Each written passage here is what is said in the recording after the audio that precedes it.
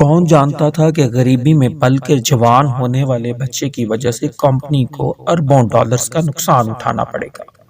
ایک press conference کے دوران مشہور فٹ بالر کرسٹیانو رونالڈو نے اپنے سامنے پڑی ہوئی کوکو کولا کی بوٹلز اٹھا کر سائڈ پر رکھ دی اور اپنے سامنے پانی کی بوٹل رکھ لی۔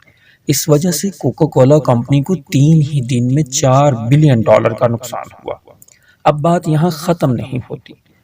پریس کانفرنس ختم ہونے کے بعد کمپنی کی سینئر مینجمنٹ نے رونالڈو سے رابطہ کیا اور اسے اپنے برانڈ ایمبیسیڈر کے طور پر اپنی تشہیری مہم چلانے کے لیے $50 کروڑ کی آفر کی۔ کچھ ذرائع کے مطابق یہ $1 ارب کی آفر تھی۔ دل پر ہاتھ رکھیں اور بتائیں کہ اگر اس کی جگہ ہمارا کوئی پلیئر ہوتا تو کیا کرتا۔ رونالڈو نے یہاں تاریخی جواب دیا۔ کہا کہ جو میں خود پینا پسند نہیں کرتا اور اپنے بچوں کو اس سے دور رہنے کی تلقین کرتا ہوں، محض ڈالرز کی خاطر میں دوسروں کو اور ان کے بچوں کو اس کے پینے کا مشورہ کیسے دے سکتا ہوں؟ اس کی پروموشن کیسے کر سکتا ہوں؟ کیا یہ وہی الفاظ نہیں ہیں جو آقا کریم صلی اللہ علیہ وسلم نے فرمایا تھا کہ مومن جو اپنے لیے پسند کرتا ہے وہی اپنے مومن بھائی کے لیے پسند کرتا ہے۔